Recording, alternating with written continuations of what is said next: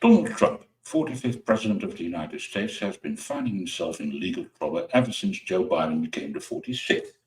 He's defended in several criminal and civil proceedings, while at the same time trying to win the Republican ticket for 2024 presidential elections. What will this do to Trump, his party, the United States, and the world at large? It's difficult to grasp that from an ocean away, so we'll discuss these matters in this episode of The Global Atheists.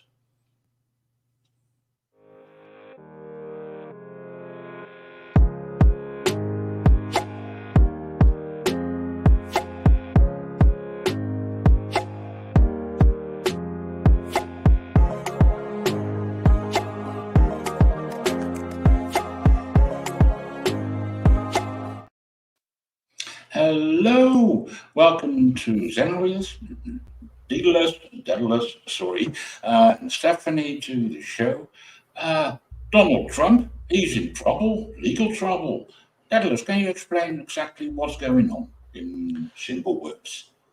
Hi, first of all, thanks for having me, Hein. My name is Daedalus Media.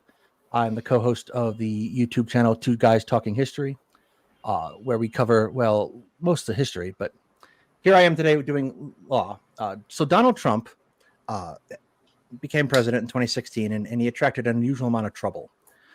You might recall that he was impeached twice while he was sitting in office, which is basically a trial of an elected official. However, afterwards, his getting out of office, we're in somewhat unprecedented territory. He was indicted in 3 separate cases with a number of indictments totaling around 91. The first one was for he took classified documents from the White House when he left and improperly stored them in Mar-a-Lago and then refused to give them back. The second one that case is a federal case, so it is in a federal court as opposed to a state court. The second one is a federal case for election interference, where he conspired with a number of individuals to try to steal or disrupt the election and the ascension of Joe Biden to the presidency. And the final case is a case in the state of Georgia, which is related to the other one in that it was part of that plan where he attempted to get the officials in Georgia to change the count of the ballots in order to declare him the winner and to replace the electors that Georgia would have sent to the Electoral College with ones that would vote for him instead. And that is a state trial, so it is entirely separate from a federal trial. But that would be the essence of what is going on in a nutshell. But there's one more nut in the shell. It's like a peanut. There are, actually it's a quadruple peanut because you've got a civil. Yes, there is a case in New York. 2 civil trials in New York. Yes, not criminal trials, but they are related to improprieties in how he reported the values of the properties he owns in that state in order to receive favorable tax breaks. He basically dramatically underreported those properties values while dramatically overestimating them to banks for the purpose of getting loans. So that is ongoing. That's what's been happening this past couple of weeks, which has kind of gotten swallowed by other events. But that has been the civil trials, and those trials don't contain criminal consequences. So he's not going to go to jail or anything like that. But he could be fined severely or prohibited from doing business anymore in the state of New York. Yeah, I remember that was last week. I think that. A judge decided that his main business needed to be taken apart, dissolved. I don't know what words are, but it's the corporate death penalty. Yes, exactly. Yes. So what this trial has been kind of a comedy of errors, really. What ended up happening is the trial was incredibly short. Donald Trump's lawyers failed to check a box, which would have given him trial by jury. So they bureaucratically screwed that up. And the judge turned around and ruled on the situation. And what they've effectively done is they've effectively said that the Trump organization needs to be dissolved. there's no coming back from what happens. And that might be in addition to any other fines or penalties levied. That sounds harsh. I mean, he's a businessman. His business gets dissolved. That can't be good. No, it's not right for Trump at all. But I think one of the things that we didn't pay very good attention to here in America prior to Donald Trump being elected, well, some people did, was that Donald Trump is kind of a really bad businessman. He had a casino, right? Whereas a job, people give you money and they folded. So like, he's never been a good businessman. And like, there's a good reason to believe that the Trump organization has effectively been subsisting off of Trump's reputation instead of his business acumen for a couple decades now. I've read about that, as in that essentially he managed to lend money from banks on pretty much air and use that to, finance whatever he was doing, and not taking care of repaying that, or possibly even intending not to repay those debts. Yes, that's correct. Yeah, that's pretty much exactly what happened. It follows a pattern of behavior. For example, he would refuse to pay workers for jobs done on his properties. So what he tends to do is borrow money or labor and never pay it back. What would happen is no one would charge him criminally with this prior to his election. And he'd just drown whoever tried to sue him for it in court. By frivolous countersuits and various tactics like that. He has the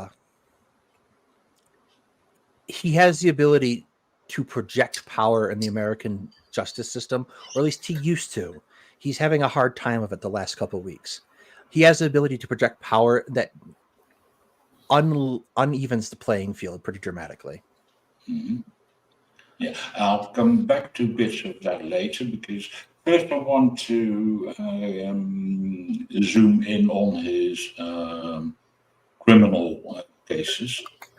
3, you said? Yes. Yeah, okay. One of them federal and 2 of them state law, if I remember correctly. I apologize. It's 2 federal, 1 state. Okay. It doesn't really matter much to me because, different jurisdictions it's difficult to understand from here. I understand that it's a case. That's what you have when you're a federal nation. And I live in a centralized nation, so we have one law for everyone. Yeah, it's probably best to think of it like a layer cake of laws. So an individual will live in a town and they'll have their own laws for which you can get in trouble. And then a state, and they'll have their own laws for which you can get in trouble. And then the federal government, who has their own laws for which you can get in trouble. And they're designed around protecting different things. And that's kind of a long discussion about federalism and the Constitution in the United States. But for example, the election interference and the classified documents cases, which are the federal ones, they handle 2 radically different things. The first is keeping government secrets in the case of classified documents. And that's something you don't find people getting tried for a lot. You have cases, for example, famously, Edward Snowden, who probably would have been tried if he had not run off to Russia. But like, people don't get tried for that a lot. The thing about this is there's 2 factors to all of this. The first is that Donald Trump is, Donald Trump. And the second is that he was a president. So for these cases to have been brought in the first place required an extraordinary risk by the individuals bringing them. Jack Smith is the special prosecutor for the federal government, for example. This was extraordinarily risky because it's a case of if you take a shot at the king, you better hit, because you won't get a second chance. So all the T's had to be crossed and all the I's dotted before this went through, before they'd even be willing to take that risk. And it's quite remarkable. Like, I think sitting here as a citizen and watching it happen, I was like, this is absurd. If I, for example, kept, several cartons of classified documents in my house, I wouldn't see the light of day and refuse to give them back. I wouldn't see the light of day. On that note, is Reality Winner out of jail yet? She is not. How's Chelsea Manning doing these days? She after was released. Serving time. Yes, she was released, I believe. Yeah, and these are who's the guy who was was it Clinton's national security advisor who walked out with some notes in his sock? Yes, it was. Yeah, and so this is not unprecedented, but you know what is unprecedented? Donald Trump had 80 plus boxes jam-packed full of stuff marked classified, secret, top secret, and the man is still walking around and is pissing all over the nation, whining about it. Yes, anyone else would still be in prison, in jail, awaiting trial. Look, if I told you that there was someone walking around with 90 plus indictments in the United States running for public office, you'd be amazed. Nevertheless, like any country, I feel like would be amazed at that. At that point, like this person is an absolute guaranteed security threat. And the other problem is that there's a level of classified beyond top secret, which is top secret, sensitive, compartmentalized information. And these are documents that are so sensitive, so very sensitive that you have to view them in a special room that is specifically designed to allow no light to escape. It's like a black hole. It's called a SCIF, which is an acronym for sensitive compartmentalized information. My background is in military history, and I have a number of friends who are military officers.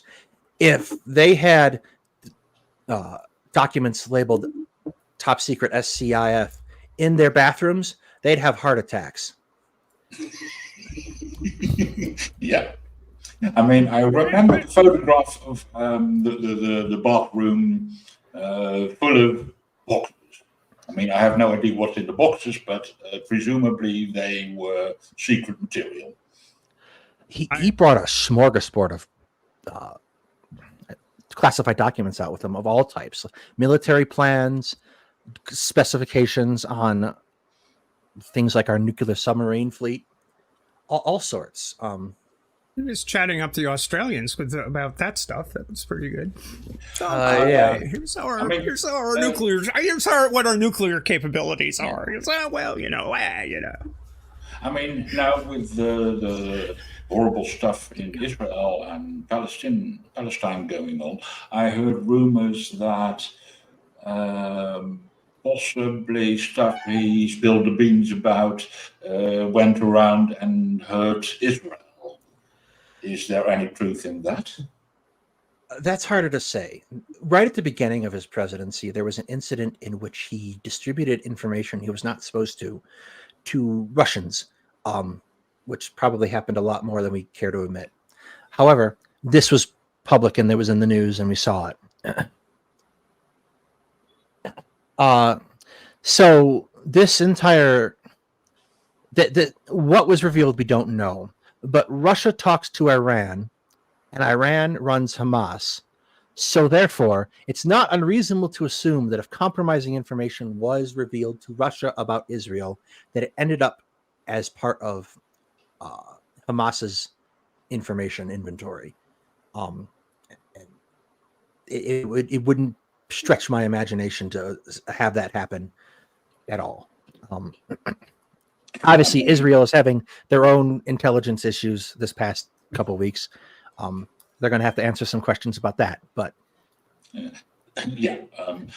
interesting, but not today's subject. Yes.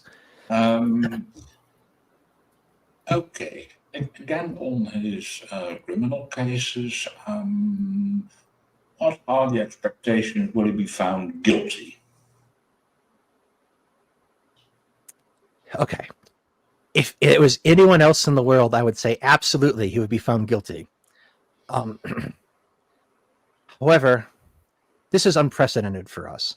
We've never done anything like this before. We've had politicians be tried, but never an ex-president. He had a hand in appointing judges, which obviously has a lot of people worried. One of the judges that's overseeing one of his cases, in fact, he had a hand of appointing her, and she improperly ruled on some of this stuff earlier this year, or not this year, but earlier in the course of the evolution of these happenings. And a higher court struck that down and basically told her, shame on you, no, no, no. So, like, until we see what happens, we're not going to see what happens, because inside a courtroom, a judge is the judge. They get to do what they want, and you don't get a second chance in the American judicial system to retry someone unless it mistrials. Like, you can't bring the charges again. We have explicit rules against that. So if it was anyone else, I'd say yes. But, like, it's Donald Trump, and he has been absolutely great at being a Houdini from karma. So everyone has to kind of watch and see, and it's entirely unprecedented. Like, what it means yet is a brave new world for us. If I could, there's a little bit of history with Donald Trump and litigation. There's a great deal of history with Donald Trump and litigation, as a matter of fact, going back to Donald Trump Donald and Daddy were busted for discrimination in housing back in I believe in the 60s, maybe the 60s or 70s. Yes. Daddy Trump started the empire, right?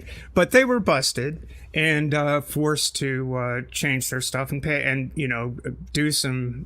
There was monetary damages, but his strategy in every single instance, be it civil or criminal litigation, is to delay,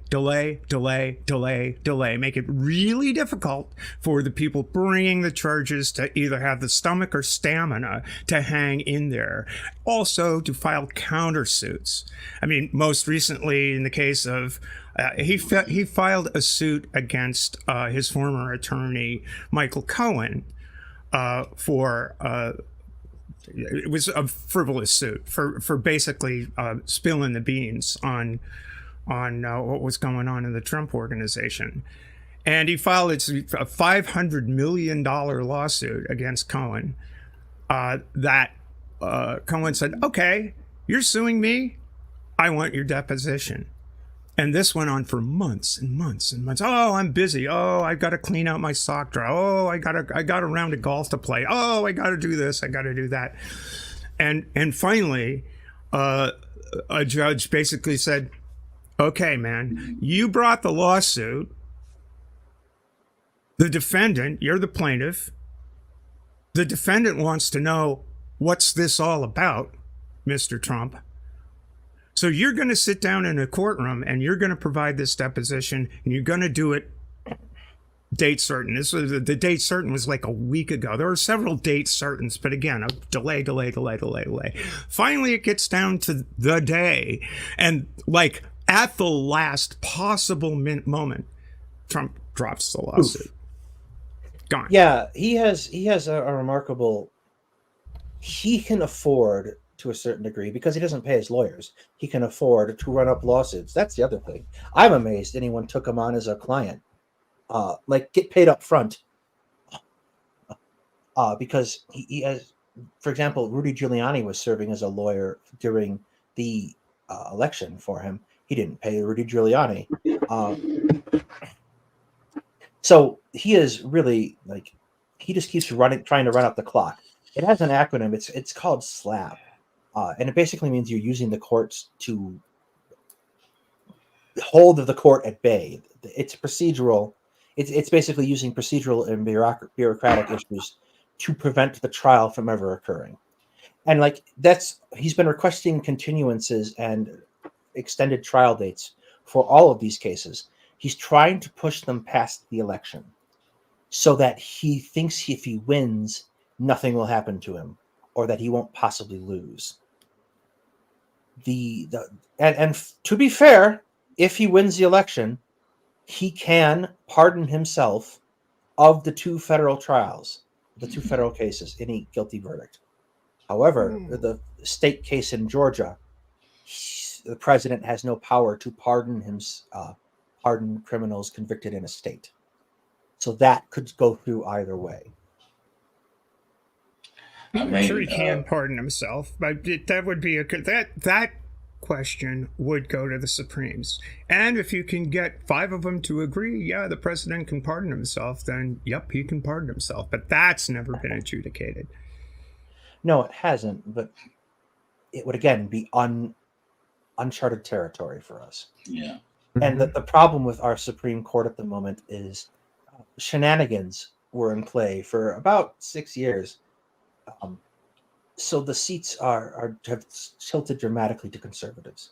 It's a 6-3 majority for conservatives. And if they want to, they can pretty handily smack down anything in the court. And we have had, as a consequence, Americans have less faith in the impartiality of the Supreme Court than ever before. Yeah. I mean, in our system, if you can get 5 Supreme Court justices to agree on what the Constitution says, that's what the Constitution says at that moment. Until it switches around and you get a 5-4 or whatever the majority of the court is at any given point in time, because the size of the court has varied throughout American history. So you get the Supreme Court to basically say, the Supreme Court since Marbury versus Madison has made its chief judge, the first Chief Justice John Marshall, just made the declaration, which is nowhere in the Constitution, that the Supreme Court gets to tell the other branches what the Constitution says. Yeah, it's actually really remarkable in my mind, because the Constitution is laid out fairly exacting for the powers of the executive branch in Congress, but they just included a Supreme Court and said, okay, you're here now, and no one quite knows what it's about until they decide in Marbury versus Madison that they have what's called the power of judicial review, so they can take any law made by Congress and declare it unconstitutional, or executive order of the president and declare it unconstitutional. And it's led to inconsistencies in our constitutional law throughout our history. Yeah, I mean, that's one of the things that, I read about it, but I have no deep understanding of. My nation does it differently. We have a Supreme Court, but first of all, it has something like 16 justices, of which a few are selected to handle a particular case, typically 5 or 7. And they're on that case for as long as is needed or until they're done. And for any other review, another set will be chosen. And they're busy enough as it is. Should add that the caseload of the Supreme Court is pretty high, because essentially every criminal case may appeal to the Supreme Court eventually.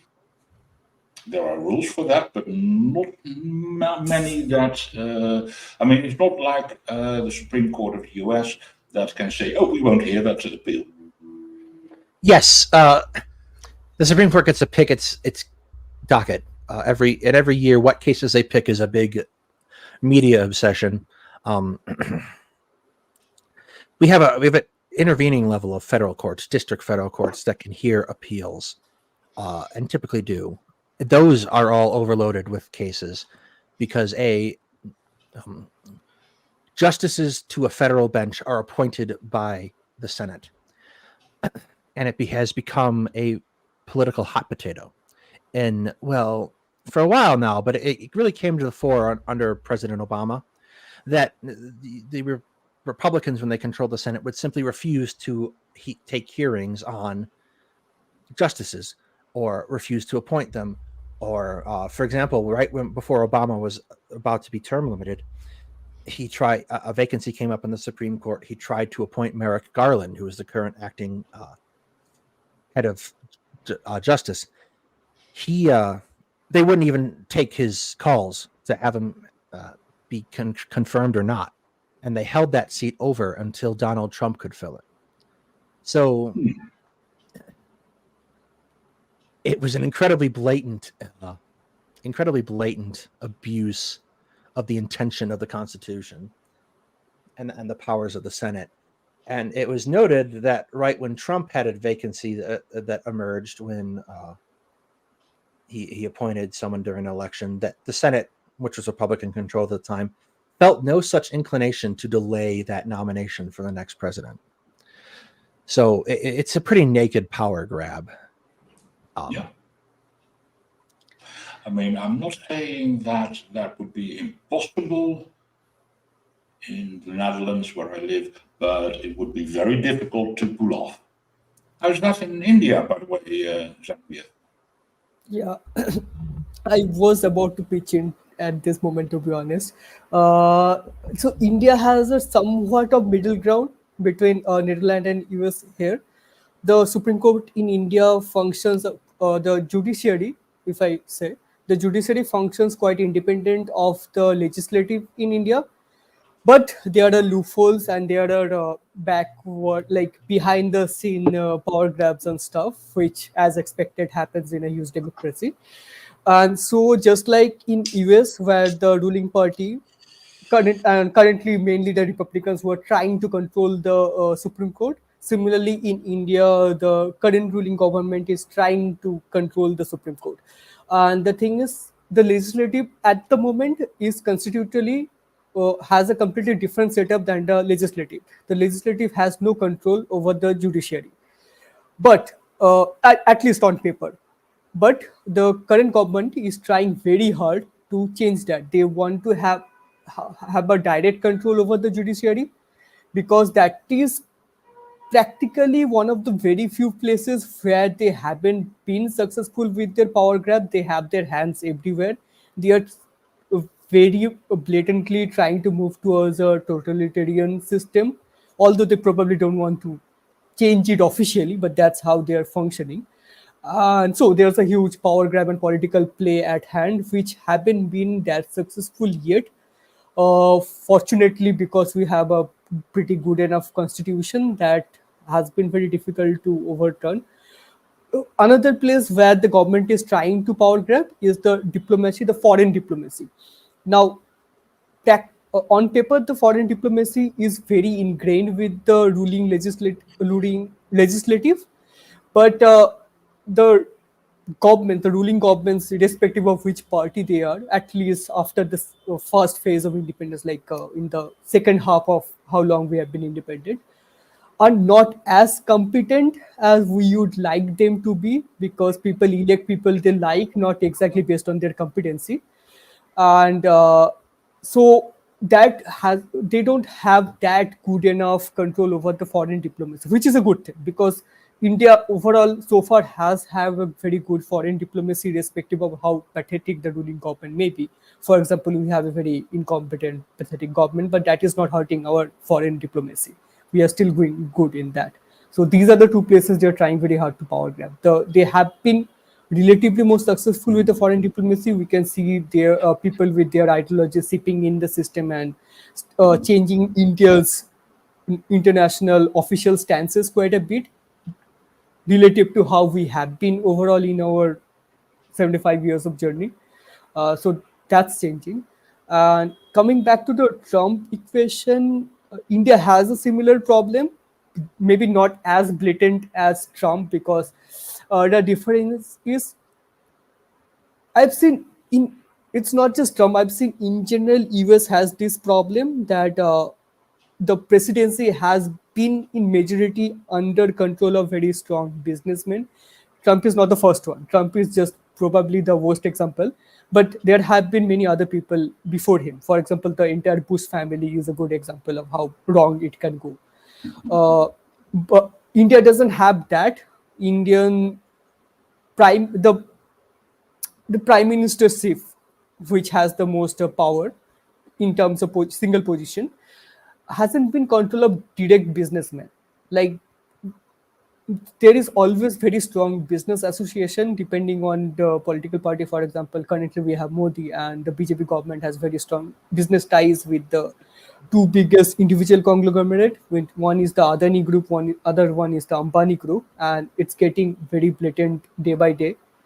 And just like Trump and other businessmen being president or close to presidency in America protects their own business interest, irrespective of whether it hurts the country or not. Similarly, the Indian government blatantly protects Adani and Ambani, irrespective of how many criminal cases or problems or legal troubles they go into.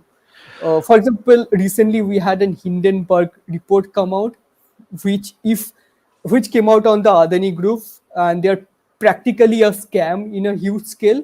Not that everything they do is a scam, but the overall system is a scam and is breaking way too many legal boundaries in terms of business. And if they were any other company, they would be immediately shut down and put under heavy fine, etc., etc. But the government has protected them. Nothing has happened to them yet, other than the public image, and that doesn't matter as long as they are on business. Yeah. Now into a bit of, let's say, speculation. Suppose Trump gets convicted or found guilty in one of the criminal cases. What kind of punishment can we expect? Will he go to jail? So Donald Trump is a protected individual by the United States Secret Service who handles presidential protection. He is entitled to protection for the rest of his life. American jails are somewhat notorious for not being safe places. Mm-hmm. So should Trump be convicted, it is very unlikely he'll actually go to jail so much as he'll be placed under house arrest in Mar-a-Lago, which is a resort. So basically, he just has to stay home in his giant house that has a golf course. Okay. You know, I think here's a historical analogy. Robert E. Lee's plantation was turned into a national cemetery. Yes. Ooh. Robert E. Lee wasn't in the plantation at the time, however. Arlington is actually ridiculously close to the grounds of Washington, D.C. proper. So he basically had to abandon his house when he decided to betray the country. So to spite him, they turned it into a cemetery. But Donald Trump has a lot of very nice houses that they can stick him in and leave him there.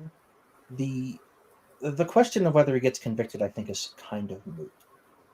The mere fact of bringing the indictments against him and the nature of the espionage case in particular and the election interference case is that he triggers a clause in the 14th Amendment, which prevents anyone who has been in insurrection against the United States government from assuming federal office. It is not inconceivable before this is done that someone can turn around and sue Donald Trump in order to determine his eligibility to even be elected at all without a conviction taking place. That case would almost, again, certainly go to the Supreme Court. Yeah. Because the clause itself is exercised, but usually in very clear circumstances. It was created to prevent ex-Confederate officials from holding federal office. Holding elected federal office, I apologize. You could still appoint a Confederate to, and some were appointed to. For example, Jeb Stuart was appointed to an ambassadorship. So Okay. That's true too. You could still hold an appointed office, but you cannot be elected to anything. And beyond that, you would assume, for example, the governor of Illinois, the state I'm from, or the former governor, Rod Blagojevich, was famously tried for corruption because he tried to sell Obama's Senate seat. He went to jail and stayed there for a while, but that was a governor. Whether or not any serious consequences beyond staying in his big, giant, palatial estate would happen to Donald Trump and he'd be forced out of public life, just too early to say.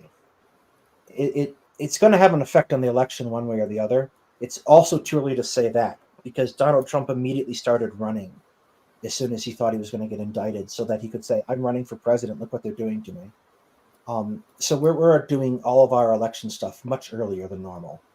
Like, election doesn't really kick off yet in really any real fashion for another month and a half before you start running up for the first states that have primaries or caucuses. So, like, it has had that effect where we're going to be inundated with bad Republican debates for the next 3 months that don't have any effect on who actually wins come the time for New Hampshire or Iowa. Yeah. I mean, suppose that he stays on the ticket for that. Is it all? No, my question is: can the party essentially push him out? Yes. Regardless of what. Yes. The nominee for the party is determined. The political parties here are private organizations. Ultimately, they set their own rules, and they have a big public convention every year, each party, where they basically either vote for their candidate based on who won the biggest number of delegates in the primaries, or the candidate's been effectively anointed, as in the case of Biden, and they just lay out their party platform for the year. That system can, strictly speaking, in both parties, be overruled if people go and vote for different candidates. So it's basically a sequential ballot system where each set of states votes, and the first time they're basically bound to vote for the person who won the primary. But if it goes to a second ballot, for example, all bets are off and it becomes a dog race. So they could conceivably take Trump out if they had the support. And that is a rule that the Rules Committee of the two major party conventions adopt. The first thing that the parties do when they have their their national convention is adopt a set of rules. Yes. At current, that is the rule in both the Democratic and the Republican Party, that you're bound to vote the nominee of your states. It didn't always used to be that way. No, but as my understanding is, it is at present. But here's the other thing that I think people in the international community need to know about the United States. We do not have national elections. There's no such thing as a national election. There are only elections in states for electors that elect the president.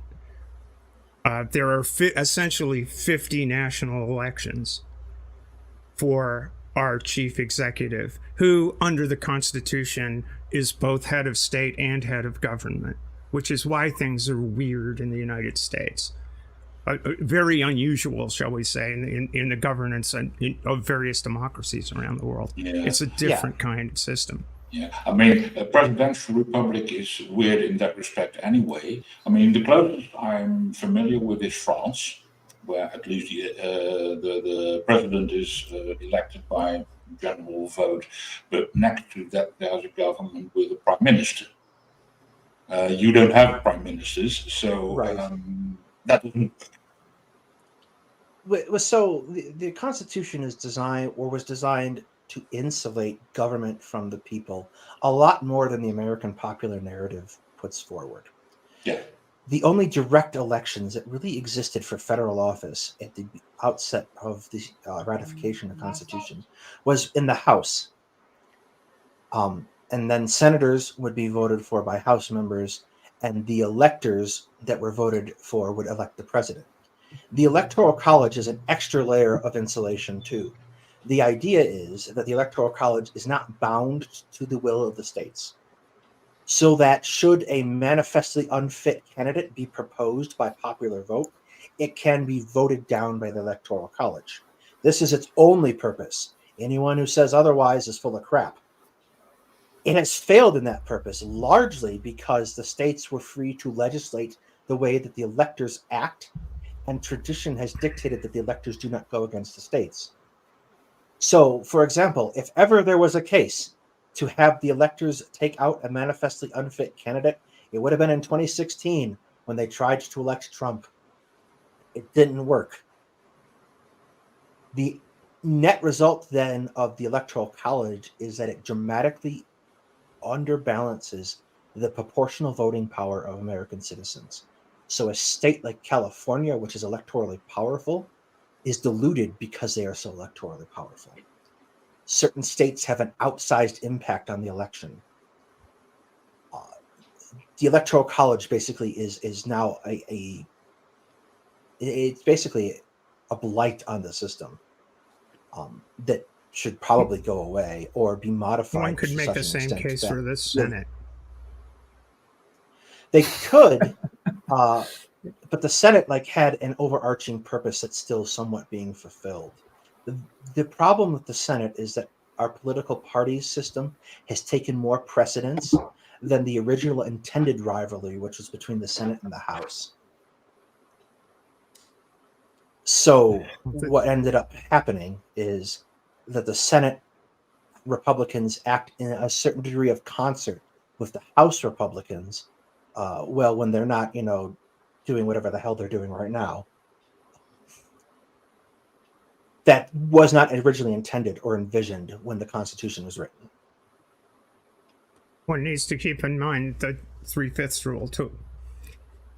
That there a number of our institutions are rooted in racism and human chattel slavery. That the Constitution was written specifically to protect the interests of lesser populated, for the most part, with Virginia excluded, the rights of the original colonies. The big colonies in the colonial age, and at the founding of the Republic, through the Articles of Confederation and the writing of the Constitution, were Massachusetts, New York, Pennsylvania, and the largest state in the Union was Virginia, which was representing the interests of Virginia, North Carolina, South Carolina, and Georgia. The slave-owning states. This is why in the original text of the Constitution, slaves were 3/5 of a person for the purpose of determining representation in the House of Representatives. Because when we do districting, we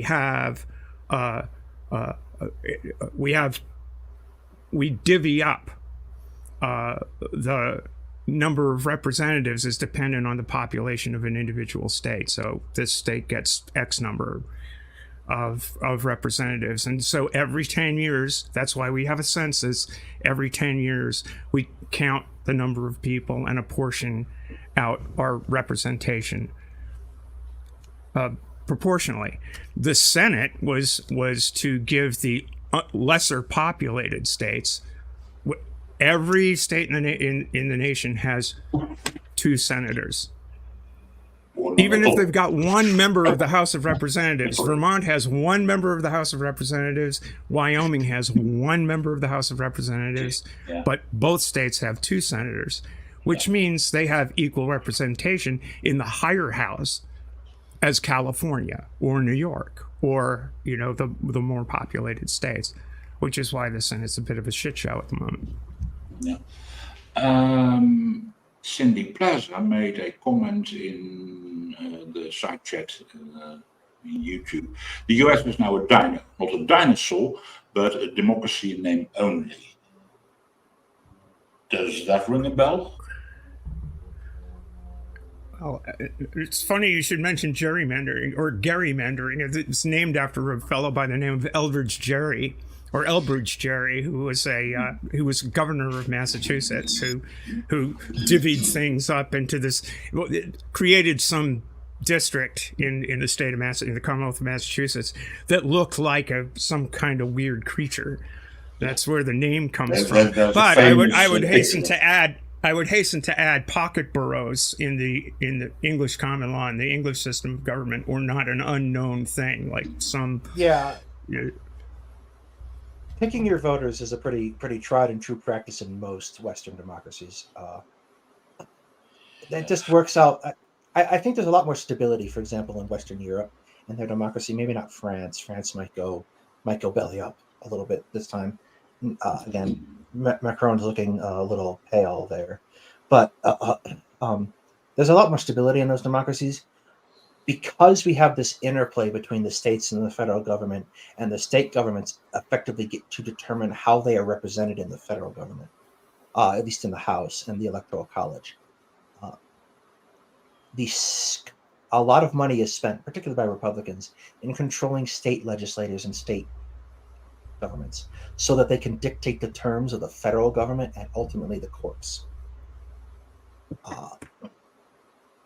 The other thing we did that's probably unwise is that census that we do. We have capped the total number of representatives. So instead of the House growing as the country grows, we just shift them around. Right. We haven't changed the composition of the House of Representatives since the 20s, since the 1920s, and the nation has changed considerably since. But here's one thing I wanted to ask Dallas on the international, thinking about political organization in other Western democracies. I suspect that Germany has similar weaknesses to the United States simply because of the federal structure, although they're missing some of the more egregious weaknesses of ours. Yeah. Germany does. I looked at a recent polling set up for Germany, and it was a little scary. Some far-right parties picked up a lot of traction. You basically could tell where the border of East Germany was from how the political parties are dividing things up there. Japan does, because they also were another one of our constitutional projects post-World War II. And not a lot of people paid close attention to Japan, but Japan is becoming a much more active foreign policy country. They're rebuilding their military as an actual military. And we have welcomed this because we'd rather not shoulder all the burden of potentially fighting China. So they have that same pockets of ripeness for abuse that we do. Yeah. This is Sorry, we got a one of those special thingies. Secular Sakai, he donated $10. Do any of you foresee the US adopting a multi-party system instead of multi-faction two-party system in our lifetimes, like Kiwis have? Or would such a step change be unlikely at this stage? I think that's a good question. And I'll come back to you, Zenvit. Yes, this is a weakness that India shares as well. India also has two houses where they were designed to balance each other out, just like US has the Senate and House of Commons. India has the Rajya Sabha and the Lok Sabha. The Rajya Sabha is as the Rajya means nation, so it's the I think it's comparable to the US Senate, and the Lok Sabha, Lok means people, so it's comparable to the House thing. What was the other name? One is Senate, another one I forget. House of Representatives. Yeah, House of Representatives. So that's the one representative people, but in today's stage, for quite a few decades, to be honest, the Lok Sabha by a huge margin overpowers the Rajya Sabha, and practically it's pretty much controlling everything. So that's where the main focus of election and political games come in. And just like US has the electoral college, India also has the system. And similarly, like US, it depends on the population of a state. So we can understand why this was designed, but today it's just get abused. The states which has a larger amount of seats are the ones that are given a lot more focus than the states that has a much lesser amount of seats. We even have some regions of the country which practically doesn't exist in common knowledge. Like they exist on map and on paper, but people just don't care. People almost pretend like they don't exist in their daily conversation. And what happens is when any political party comes to power in a national level, they focus on the states with higher population because that's where they get higher seats, and when they have higher seats, they have more control over the government, just like the problem US has. And the abuse has been controlled a little by breaking down few of the very large states into relatively speaking smaller states, but not in a way that it has stopped that. So in today's scenario, it's a problem that needs to be fixed, but it's not a problem that has an easy fix, because we cannot really think of an easy alternative to that. It has to be gradual, and the problem is the people who gain from that are the people who are in power, and they do everything possible to prevent their methods of abusing the system from going away. They want to keep abusing it. So we have a similar problem. There's something I wanted to understand too. You mentioned about the electoral college versus the state thing. Like the electoral college has to function in interest of the state. They cannot be against the state government. I did not understand that. How does So that play? when the Constitution is originally envisioned, and the Constitution is a fine document, but actually I got it over there. What you really need to read is the Federalist Papers. It's basically the owner's manual for the Constitution. The envisioning of the Electoral College is that the electors that are elected are independent of the popular vote in the state.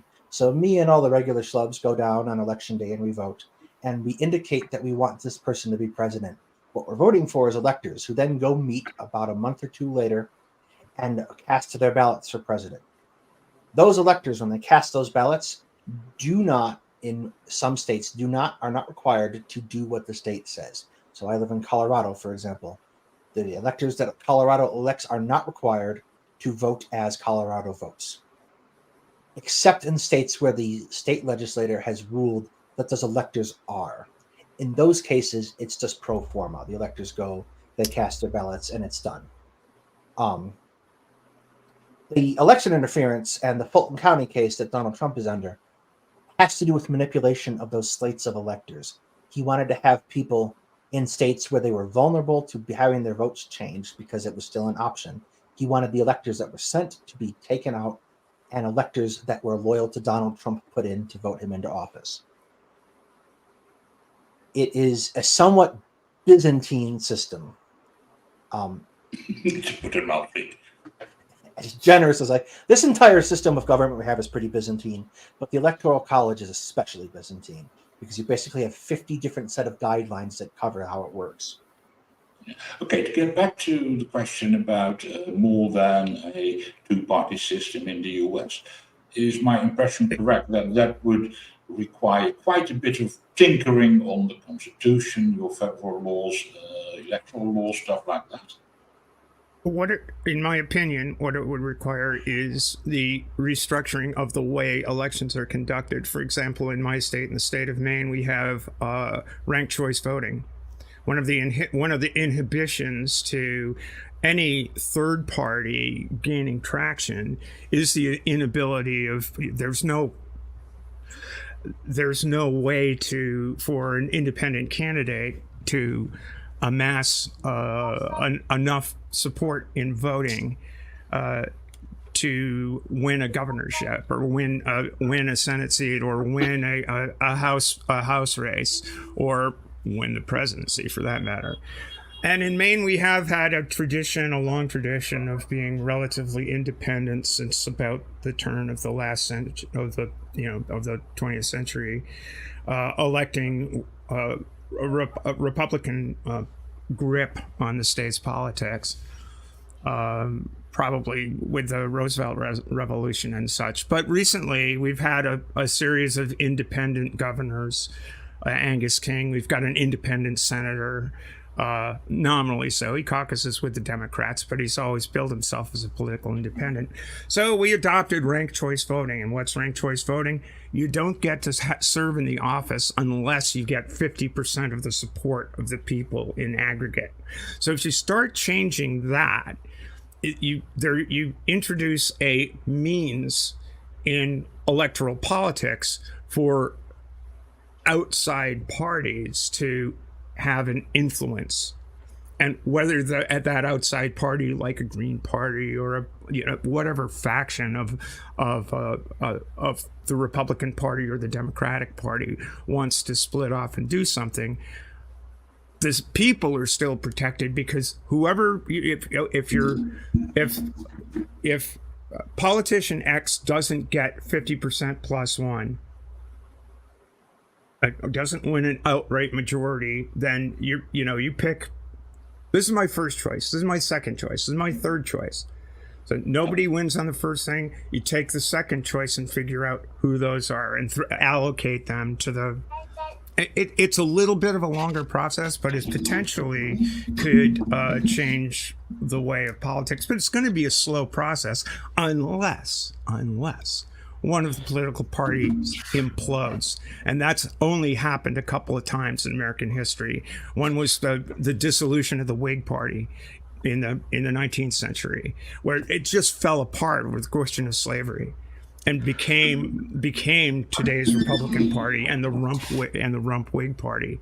And a number of people who were associated with the Democratic Party, like the Buchananites, the Buchanan who was the president before Lincoln, Northern Democrats who were pro-free soil, basically became Republicans, and pushed that movement to the fore and gave them national traction. And what was the result of that? Well, ultimately, a civil war. Yeah, you could get me to talk about the election of 1860 all day. It's actually my favorite American election. Let's not go there. Yeah, let's not. But let me kind of build off of that. May I interrupt you for a bit? Certainly. Next week on this channel, we'll run the Halloween fundraiser. We have a bit of a video about that. Join us for our Halloween special, a fundraiser to help Skeptic Haven become a charity organization. Skeptic Haven provides a healthy community and safe space to its members. In addition, producing shows that provide informative videos highlighting science, religion, and current events, both domestic and abroad. Please join us the evening of October 28th for our first Halloween fundraiser to get funds for our 501c3 and other expenses. We have many well-known YouTube content creators coming on. Come join in the fun. Are you ready for the show? Okay, Douglas, go on. Sure. So America has always had two dominant parties and a number of other parties at any given time. So like Stephanie was saying, the election of 1860, you saw the Republicans rise to the fore and the Democrats, and those have been the political parties. There's a lot that switches around after that, but those have been the political parties ever since. What tends to happen in American politics is because most of our states run what's called first past the post voting, where you basically have to get the first guy to get 51% wins. The two parties have been incentivized to take popular ideas from those third parties and run with them and incorporate them. This has kind of made additional parties obsolete in a certain sense. So, for example, you have the Republican Party, and then you might have a party like a libertarian candidate running under them. And like, if you've ever watched a libertarian American candidate try to get elected, they're absolutely insane, because that's all that's left for them after they differentiate themselves from a Republican. Or the Green Party. Jill Stein was the candidate for them for quite some time. She's also a paid commentator on Russia Today and gets to eat dinner with Putin once a year. So, like, our third parties aren't great to begin with. It might be amazing to some people, but America's current crop of Republicans and Democrats are probably the best of bad choices in a lot of cases. So whether or not there'll be an expansion to a third party system really depends on, like Stephanie said, whether they change how voting works. But even when you do that, I think that only addresses part of a problem. And I don't know if that'll ever come about, because a lot of states are very attached to how they vote. Yeah, I mean, it's a weird thing. My nation does party list proportional representation for parliament. Essentially means one nation, we elect 150 members of parliament according to percentage of the vote. That means that we have quite a bit of room for many parties. As a matter of fact, we'll have a national election in next month. and there are 27 party lists, of which something like 12 may expect to win seats in parliament. Yeah, it's I mean, there are a few of them are weirdos, but most of them are pretty much ordinary parties with some far right, right, center, left, a bit more left. yeah, and the other thing I think is important about a lot of parliamentary systems is that the concept of the coalition government is drives a lot of domestic politics, which Yes. pulls even those right or left parties closer to the center than a lot of people will admit. And again, Americans have a different definition of centrist than Europeans do. You guys are just generally much more liberal and leftist than we are. But I think the coalition government and the parliamentary system is actually superior in a lot of respects, and in getting things done that help average people. Yeah, I mean, I'm not claiming that coalition governments yield better governance as such, but at least the bad ones are easier to get rid of.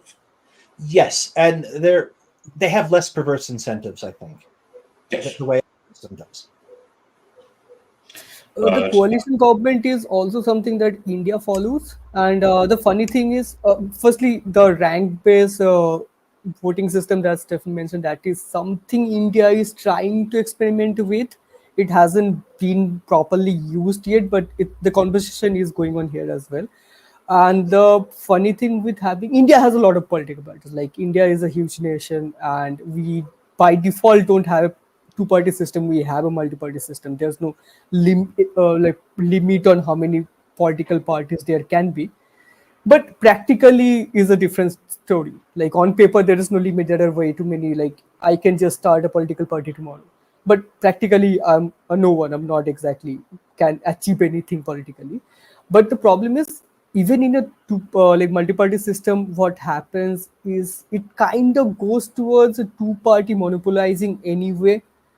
I mean, India has a lot of independent candidates as well, but they can't really function independently, even if they fight the election independently. They have to coalition with some dominant party to form a practical majority. Even when it's not an independent candidate, even if it's a third or fourth party, they still kind of form a coalition with one of the two main players to form a favorable majority. Like, today, the two main plus India has a somewhat a bit of a quasi federal system. It's not full scale federal like US, but it's not a centrist government either. There's quite a bit of wiggle room here, which is a bit confusing. But since there are quite a few states and very few parties have control over more than one state, so we have state level parties and we have national level parties. And the national level parties are practically just two political parties, because it's very difficult to get traction in a state that is beyond the state where you come from, because different states have very different identities, and it's hard to connect with an identity that is not part of your political campaign.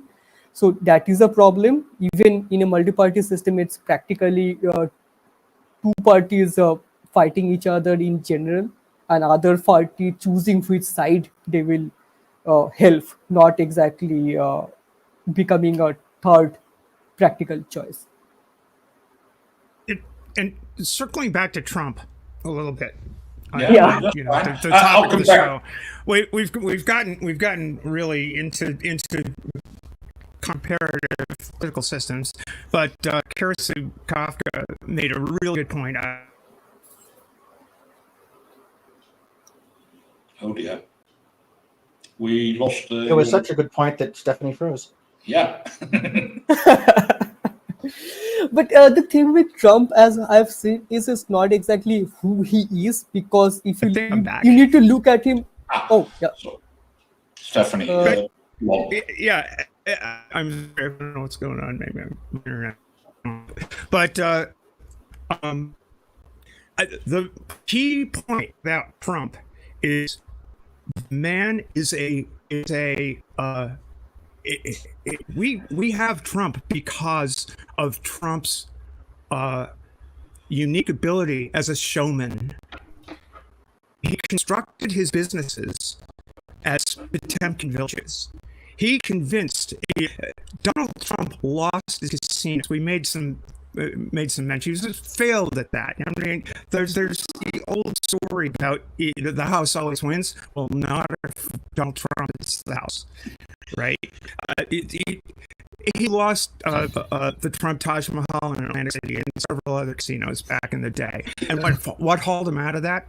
What hauled him out of that was the television show The Apprentice, and that's the platform he used to convince people that didn't live in New York and New Jersey that he was some kind of brilliant billionaire businessman who really could, would switch up the system and change it all for all of the disenchanted.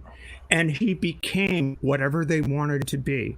And what they mostly wanted him to be was nativist, racist, anti-Semitic, anti-gay. I mean, Trump got on a stage and said, I'll be the most LGBTQ friendly politician you've ever seen, until his core supporter going, oh, we don't want that stuff around here. We don't want that stuff around. So he's progressively taken himself to be the perfect image of what some of the worst elements in American politics and in the American polity wants to see as a leader. So I think Karasu Kafka makes an excellent point, because you see that with Bolsonaro, you see that in Hungary, you see that with these essentially populist leaders. If there's anybody in American politics that's kind of a mirror in the history of American politics, that's kind of a mirror to Donald Trump, it's Huey Long from Louisiana. I think the best if you get into European history, the best example I have for a leader like Donald Trump is Kaiser Wilhelm II. He had that particular combination of irritability, ego, and pride that Donald Trump displays that ultimately helped lead us into World War I, well, all of us collectively. That's I think a really apt way of looking at it. Donald Trump, though, is a mirror to the worst impulses of the American people. It's a lot faster to appeal to someone's baser nature than it is to appeal to their better angels, and that's kind of the problem of politics. Is it's much easier to do that. It's a lot harder to move someone towards compassion and empathy. So, or at the very least, to get them to vote with compassion and empathy. And don't forget, with Kaiser Wilhelm II, it was also a fair dollop of incompetence, which I think our boy Donald is a completely incompetent human being. He can't run a business, can't run government. All he's got is his capacity and his talent for image making. And the image is whatever gets me the most at any given point in time. And maybe his string has run out. I hope his string has run out. Yeah. I can add two more names to the list. Who are also current holders of political power. One would be Putin, and other would be our, friendly neighborhood Narendra Modi. For a good example of Putin would be he started a war that he's losing, and yet he has the support he can have. He has all the support in Russia on paper, at least on face. I think Putin's a unique conversation. I don't necessarily think Donald Trump would survive, for example, invading Mexico and losing, or Modi would survive invading Pakistan and losing. Although I don't think actually, I'm pretty sure, at least India doesn't have that difficulty. Like, unlike Putin invading Ukraine and losing, India has a much better chance of. India would probably beat Pakistan right now, to be perfectly frank. Yeah, They but probably also beat China, which I think is a lot more likely for us to see anytime soon. But that's beside the in case of China, it won't be alone though. In case of China, it's more about the whole world riling up with India because they hate China, not because they want to support some good against evil or anything. They just hate China. Absolutely. But yeah, I think. I Sorry, go think ahead. we should save this subject for another episode, or some other program maybe.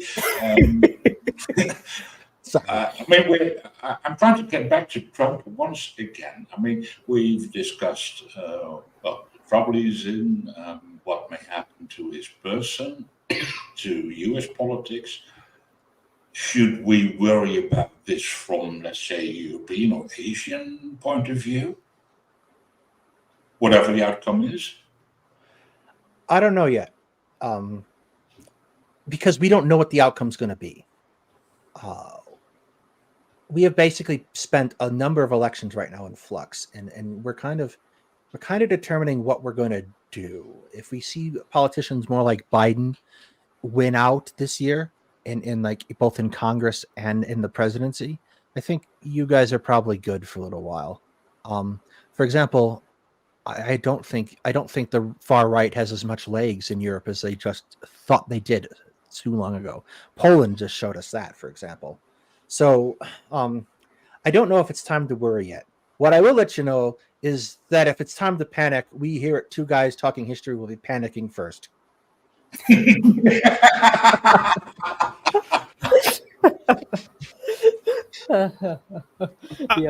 Trust me, I'm already panicked. Because what you're seeing at the state level is legislation that is incredibly retrogressive with regard to bodily autonomy for any number of people. And that's a result of gerrymandering and a result of the right finding similar populist figures like DeSantis in Florida, like Abbott in Texas, who are doing their damnedest while DeSantis is trying to play on the national scene. And the thing that's encouraging about that is that he's failing at it. He's just not good. He doesn't have the same kind of capacity for self-dealing. He has the same capacity for self-dealing, but not doing so in such a way as to inspire confidence with I've never anyone. seen anyone with less charisma running for national office.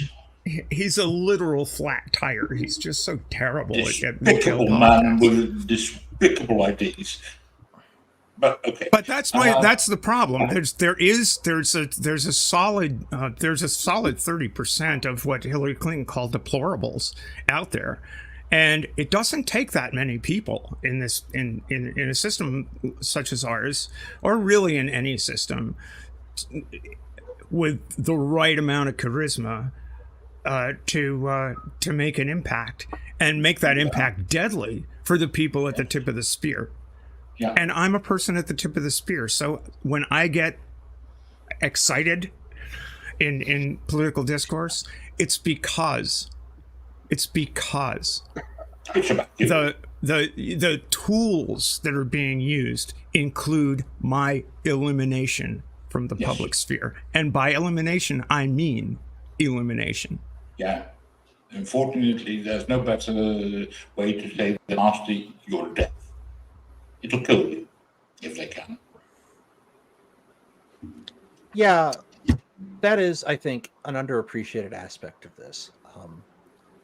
That I didn't really factor in because it was you asking about a federal, but at the state level, there are a lot of places where we are in serious trouble. However, I think I think the Republican Party's obviously had problems in the last couple of weeks when they voted out Kevin McCarthy as Speaker of the House, and they can't replace him because they can't agree. Those are usually signs that presage one of those American political party swaps where we get ourselves a new dominant party. So the question, I think, for both at the state level and the federal level is, what's coming next, and will it be better than what we have now? And it's really easy to be depressed about that and say no.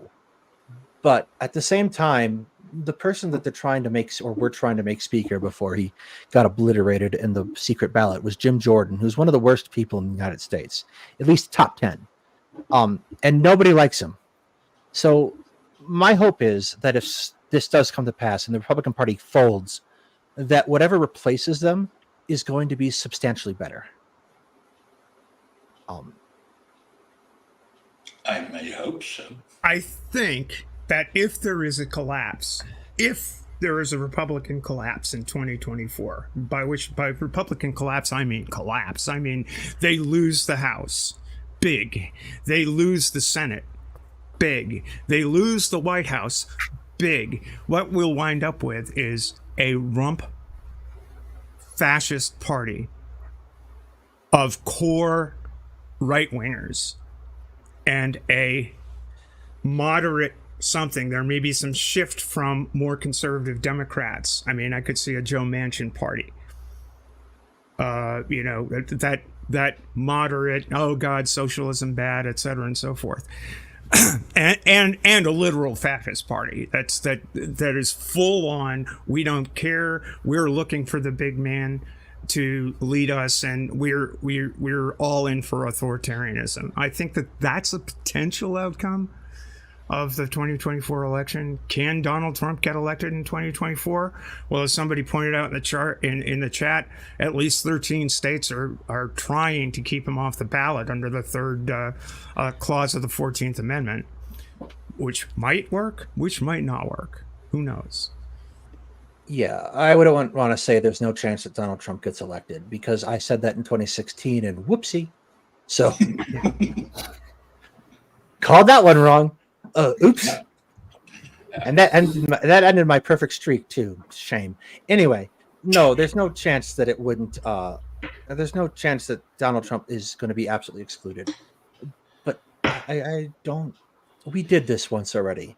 We rejected Donald Trump in one of the largest participated presidential elections in American history. It's hard to imagine a set of circumstances in which a candidate who's been indicted 91 times wins an election.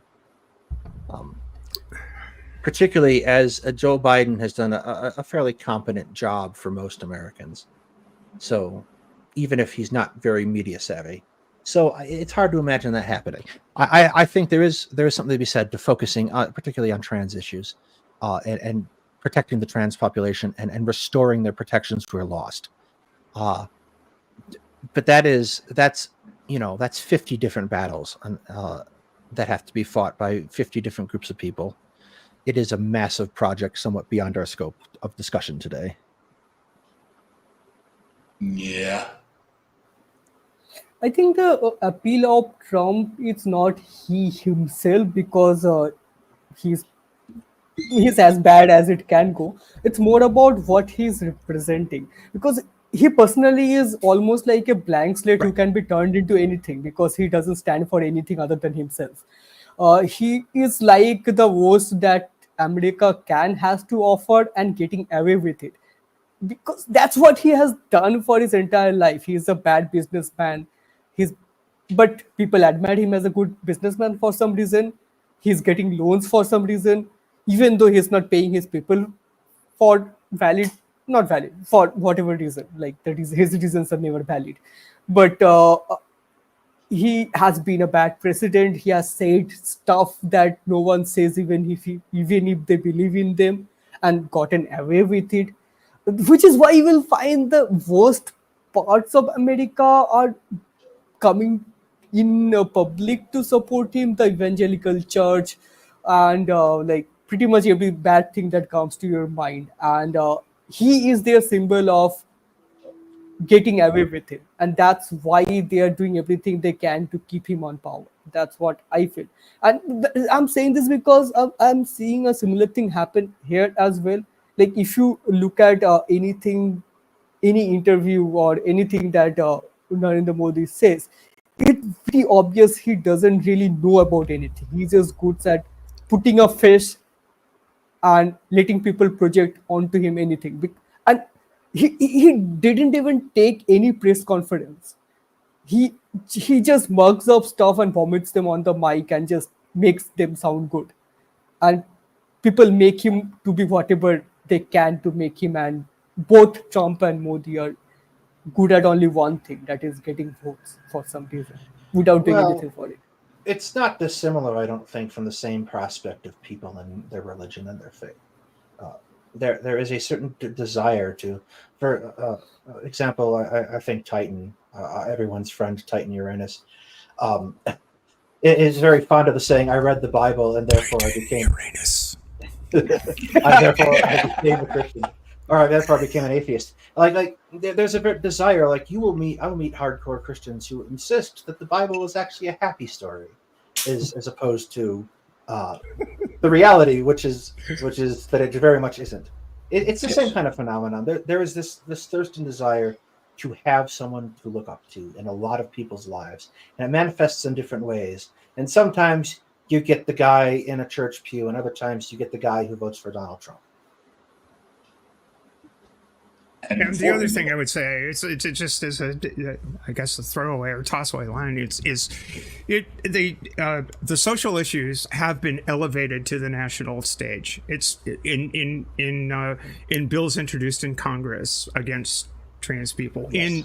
in declarations from the likes of, we're going to make the U.S. just like Florida, from DeSantis, and Trump himself basically saying, first thing I'm going to do is make sure that healthcare isn't available to trans people. They're doing it. It's an absolutely terrifying prospect, I think, if you are trans. It's a tactic that's old as time, right? You take a minority that isn't able to wield substantial influence without support, and you drive a wedge between the general population and that minority. And it's a fairly common authoritarian tactic. It's pointed out for fascism in particular, but it's a common authoritarian tactic. So, like, my point would be that if we don't protect LGBTQ people and trans people in particular, they're going to start to see things like gay marriage rolled back, and then you start to see things like protections for disabilities rolled back. These kind of movements always need an enemy of some description, and it's horrifying what has happened.